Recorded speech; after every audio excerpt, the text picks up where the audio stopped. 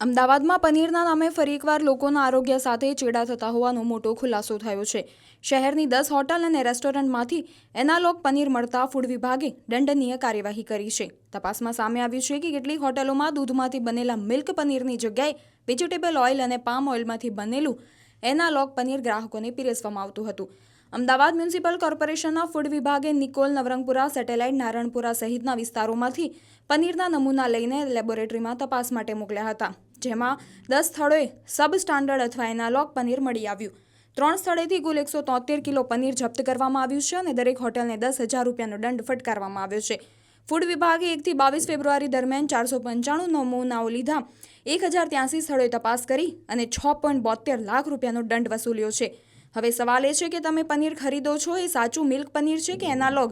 Packet પર મેડ from milk, full cream milk લખેલું હોય તો તે મિલ્ક પનીર છે, જ્યારે vegetable oil, palm oil, milk solids અથવા સ્ટાર્ચ લખેલું હોય તો તે એનાલોગ પનીર હોઈ શકે છે। ખુલ્લું પનીર હોય તો હાથથી દબાવીને પણ ઓળખી શકાય છે।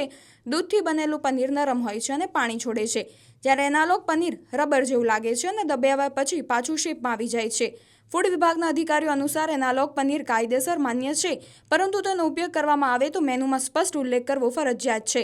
ગ્રાહકની જાણ કર્યા વગર પીરસવું છેતરપિંડી ગણાશે અને કડક કાર્યવાહી કરવામાં આવશે।